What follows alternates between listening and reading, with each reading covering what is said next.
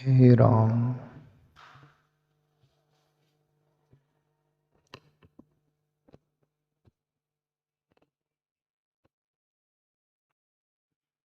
हाँ प्यारे मित्रों,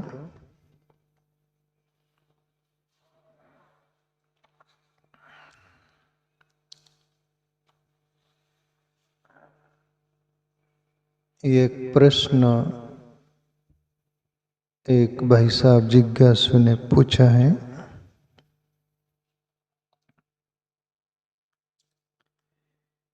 कि जिंदगी में हम भौतिक जगत में जीते हैं,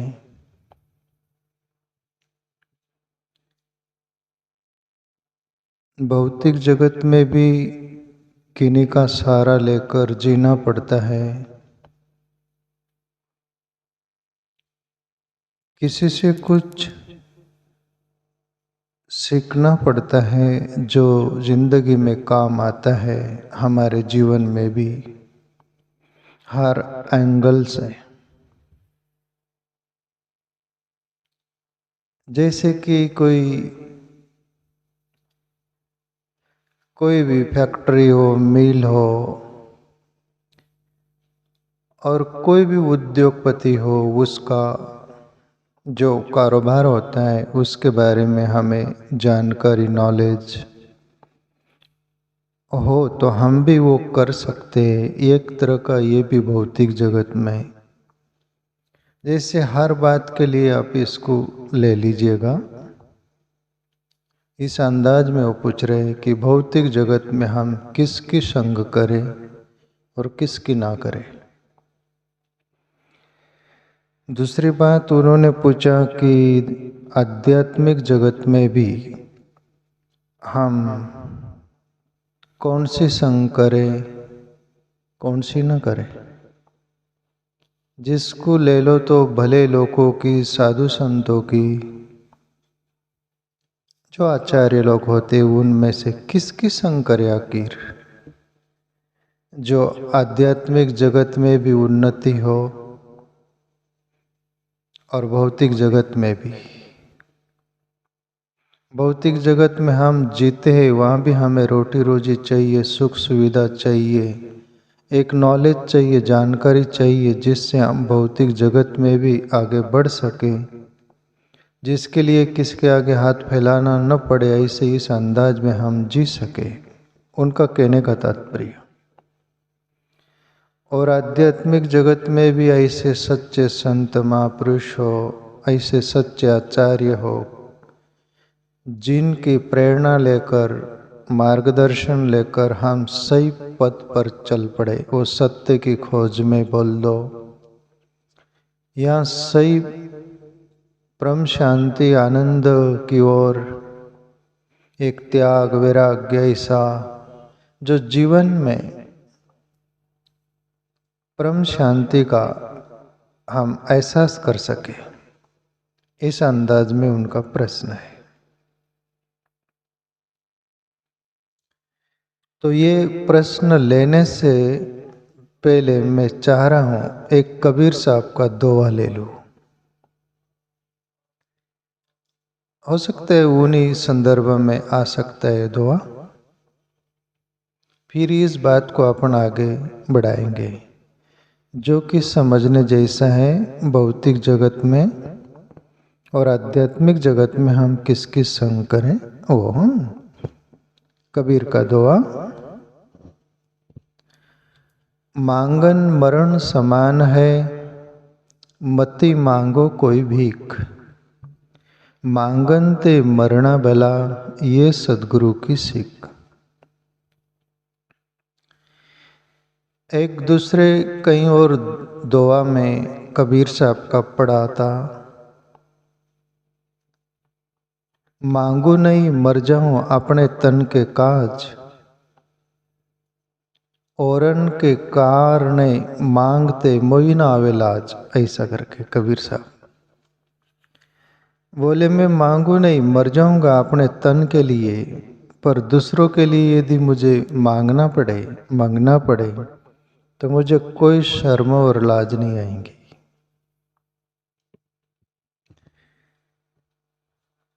अपने लिए न मांगना। कबीर साहब का इशारा वो है कि हमें स्वाभिमान से जीना चाहिए।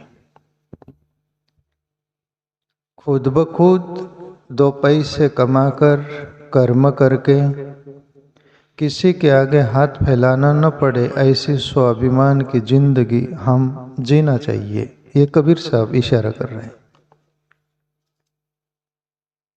इतना तो भी हमें कर्म करके धन कमाना चाहिए, इकट्ठा करना चाहिए, जो कि किसके द्वार पर जाकर दो पैसे मांगना न पड़े, भीख मांगना न पड़े, जैसे गिड़गिड़ाना न पड़े। एक स्वाभिमान से हम जिंदगी जिए। कुछ लोग ऐसे होते कर्म नहीं करते, स्वाभिमान की जिंदगी नहीं जीते और भिखारी की तरह दर बदर इससे मांगेंगे उससे मांगेंगे। एक याचक भिखारी की तरह उनकी जिंदगी होती है। वो जिंदगी कोई काम की नहीं प्यारे मित्रों। कबीर साहब का इशारा जो है, जिंदगी में स्वाभिमान से जीवो, इसलिए उतना तो करो। दुनिया में देखने को आता है कुछ लोग स्वाभिमान से जीते, दो पैसे कमाते हैं और इतना शालीनता से जीते, किसी के और काम आए तो उनके लिए भी वो सहयोगी बन पाते हैं, बनते हैं। तो इसको बोलते हैं मांगू नहीं मर जाऊं अपने तन के काज, औरन के कारण मांगते मोहि न आवे लाज। दूसरों के लिए मांगने के लिए मुझे लाज नहीं। और जिंदगी में कभी भी कबीर साहब जो बोल रहे हैं, दूसरों के लिए कुछ मांगना पड़े तो जरूर मांग लीजिएगा। दूसरा निर्बल है, उसके पास बल नहीं, तुम्हारे पास कुछ बल है जो तुम सपोर्ट कर सकते हो। परोपकार करने की तुम्हारे में वो शक्ति है, ताकत है, क्षमता है। जरूर किसी और के लिए काम में लाइएगा प्यारे मित्रों। उपकार होगा वो। दूसरों की दुआ कभी भी शांति पहुंचाती है और दूसरों की बद्दुआ कभी भी श्राप बनती है, श्राप लगता है। मांगन मरण समान है। और कभी भी अपन देख लीजिए जिंदगी में मांगो ना तो अपन लाचार महसूस करते कि नहीं। गरीब, लाचार, एक निर्बल, कोई प्रकार का बल नहीं, जैसे इस अंदाज में अपन महसूस करते हैं। इसलिए कबीर साहब जैसे महापुरुष स्वाभिमान से जीना सिखाते और इशारा करते हैं, मांगन मरण समान है। और कभी भी जो मांगता है ना, उसका हृदय, मन, बुद्धि सिकुड़ी हुई रहती है। और जो देता है ना, उसका हृदय फैला हुआ प्रसन्न मन, वो आनंदित रहता है जैसे वो दाता की तरह देता है। तो इसलिए जो मांगता है ना, उसका जीवन उस समय मरा मरा ही जैसा रहता है। कबीर साहब बोल रहे हैं, मांगन मरण समान है, मति मांगो कोई भीख। प्यारे मित्रों, एक आध्यात्मिक जगत से लेकर भौतिक जगत में परमात्मा ने हमारे अंदर इतनी वो सभी कुछ कैपेसिटी दी है, सभी कुछ जीने के लिए साधन दिया है, जो कि तुमको किसके आगे हाथ फैलाना न पड़े। अभी संतों के लिए मैं एक सूफी कव्वाली में का वो टुकड़ा में बार बार बोलता हूँ। एक सूफी फकीर भी बोलता है, फकीरी में भी मुझे मांगने की शर्म आती है। हे अल्लाह, तेरा होकर के आप किसी के आगे हाथ फैलाया नहीं जाता। और सूफी फकीर बोलता है, प्रभु हे अल्लाह, मैं फकीर हूँ, मैं साधु हूँ, मुझे हक तो है किसी से मेरी आवश्यकता के अनुसार कुछ मांगना, फिर भी मैं तेरा हो गया और लोगों के आगे दर बदर फिरूं और हाथ फैलाते फिरूं तो फिर मुझे शर्म आती। बोले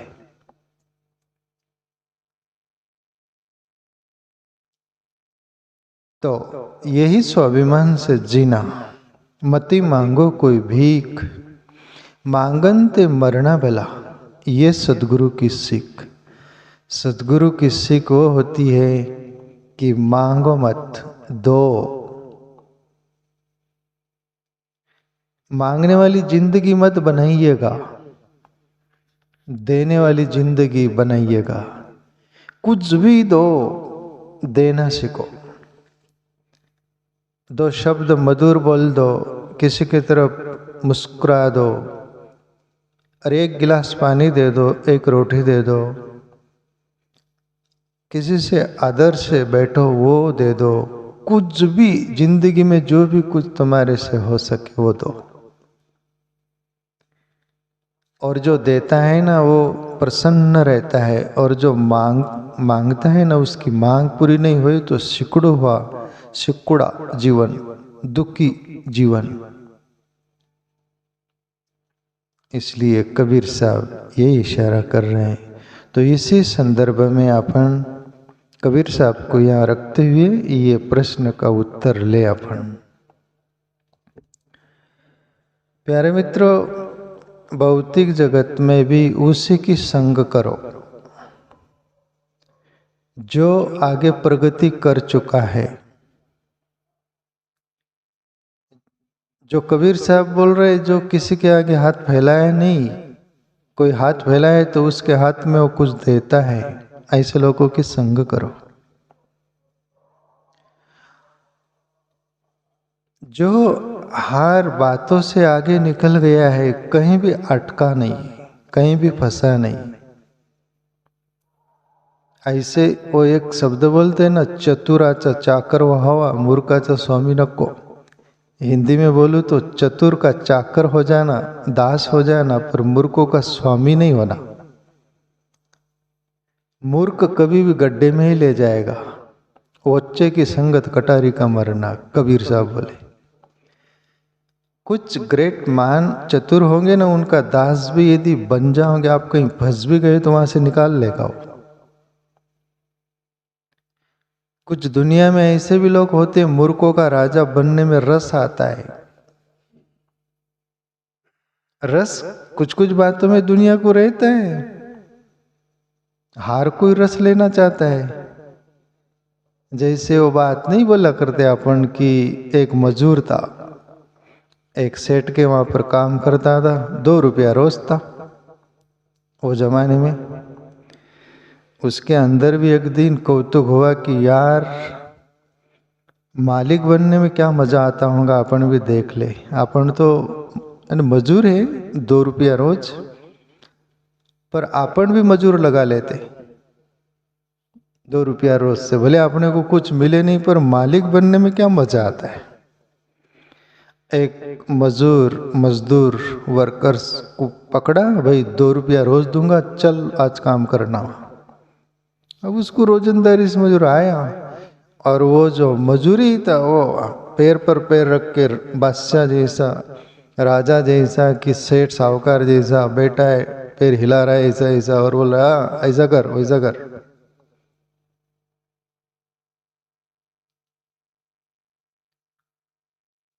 तब वो शाम हुई, वो मजदूर बोला तू भी तो मजूरी है यार, तुझे क्या मिलेगा ये सब कर रहा है। अरे यार यही तो मजा आ रहा है, बोले मुझे सेठ बनने का और मालिक बनने का। मुझे कुछ न मिले पर ये मालिक बनने का मजा आ रहा है।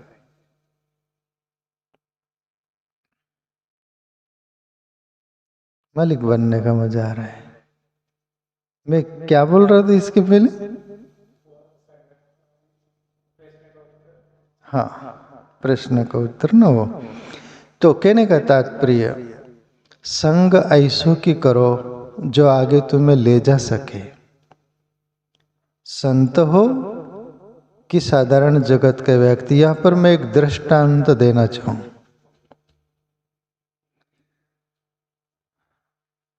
एक व्यापारी था बनजारा, बनज व्यापार करते थे पहले।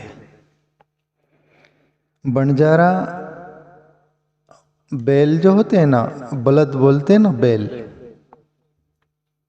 बनज व्यापार करता था वो बनजारा, और उसके नौकर भी थे और राजस्थान से दिल्ली की ओर।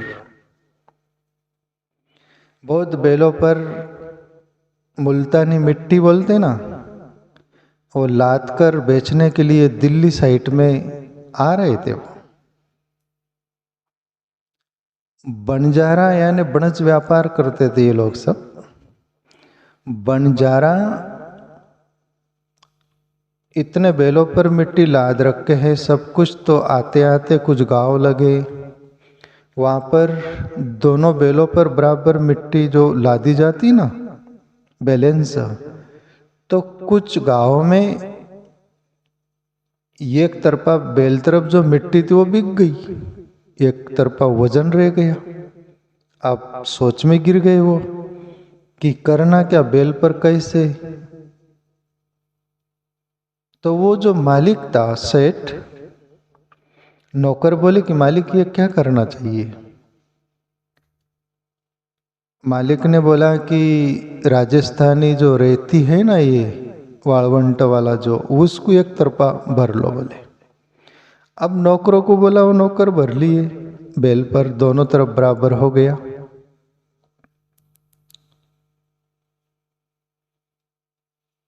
और दिल्ली तरफ आ रहे थे।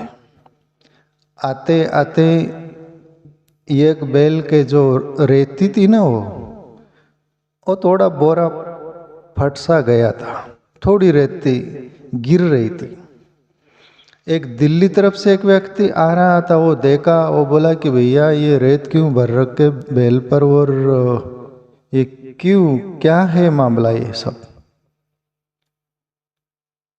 वो जो नौकर थे उन्होंने बोला कि हमारा मालिक जो है ना, ये मिट्टी मुल्तानी मिट्टी लाए थे हम, कुछ गांव में बिक गई और बैलों तरफ एक तरफ ही वजन वो ऐसा था, तो हमारे मालिक ने बोला कि एक तरफ रेती भर लो। बैलेंस के लिए ही भरा गया, कोई उसका काम नहीं बोले, पर बैलेंस रहना चाहिए बैलों पर, इसलिए हम भर लिए। तब वो दिल्ली तरफ से आ रहा, तो वो व्यक्ति बोले तुम भी मूर्ख, तुम्हारा मालिक भी मूर्ख ही लगता है। बोले मुल्तानी मिट्टी जो तुम लाए थे वो आधी बिक गई, तो आधी रह गई थी, तो दोनों बैल तरफ दोनों बराबर कर लेते ना, बैलेंस दोनों बराबर कर लेते ना आप लोग। तो बोले आपके मालिक के भी ख्याल में नहीं आया। बोले हमारे को क्या करना है, बोले मालिक जो बोले वो करना है बोले हमको, और आपको कुछ बोलना है तो मालिक से जाकर बोलो हमारे।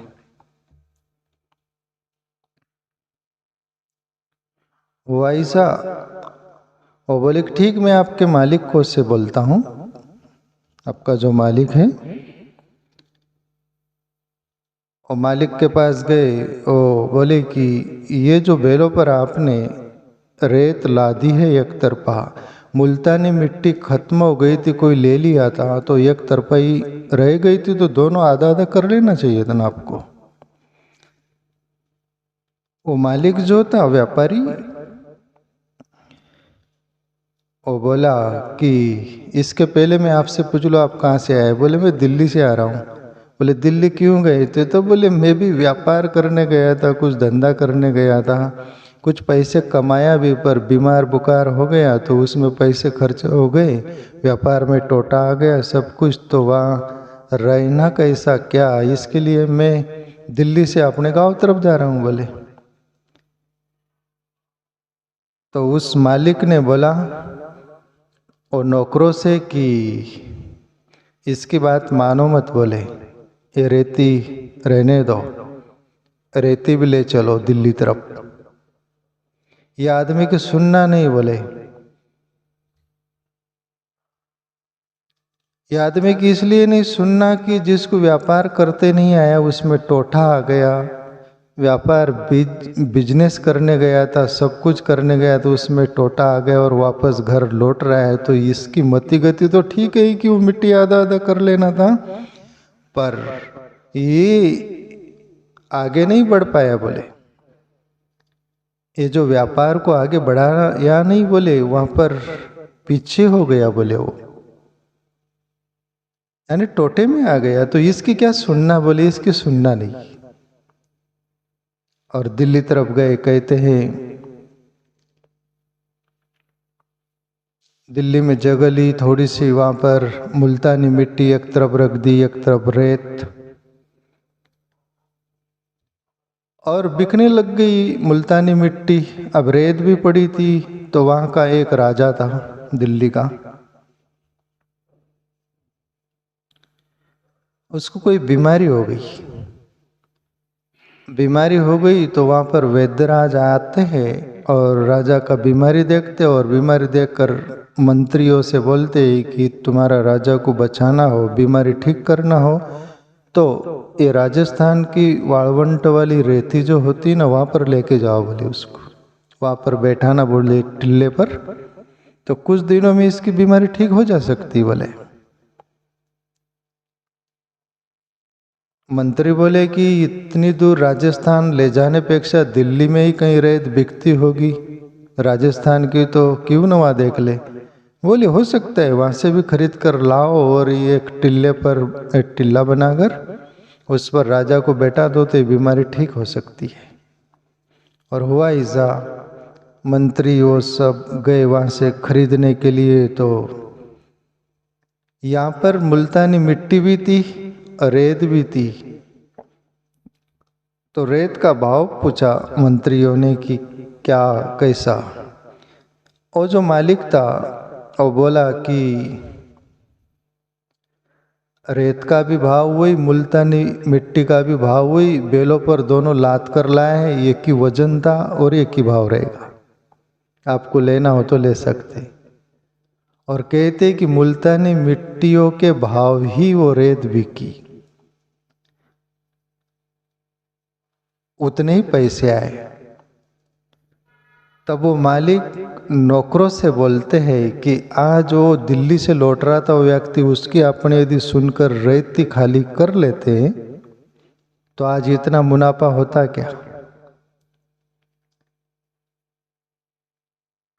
इसलिए बोले जिंदगी में जिसको व्यापार करता नहीं आता, कोई भी बातों में आगे बढ़ने का उसमें हुनर नहीं, या उसकी मति गति उस ढंग की नहीं है, जो टोठे में जाती हो उसका कभी नहीं सुनना,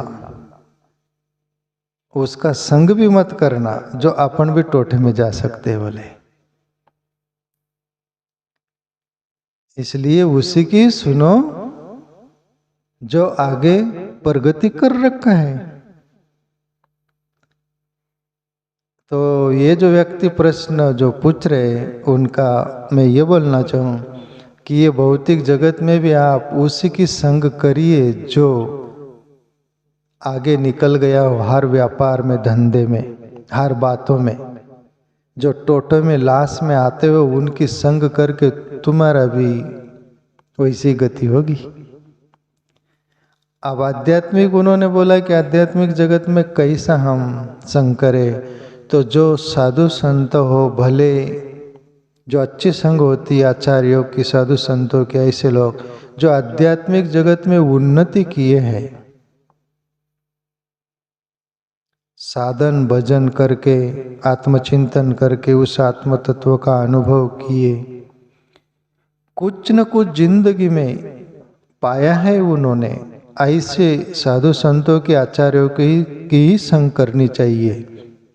छोटे मोटों की ऐसी की नहीं करना, जो कि उस अनुभव तक वो पहुंचे नहीं, उस परम आनंद तक वो पहुंचे नहीं, उस ज्ञान तक वो पहुंचे नहीं, वो ही एक बीच में अटके हुए, तुम उनकी संग करोगे तो तुम भी अटक जाओगे,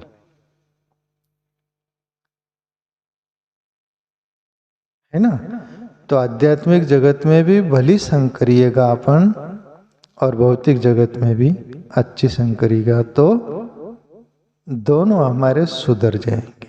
ये उनका प्रश्न का उत्तर प्यारे मित्रों।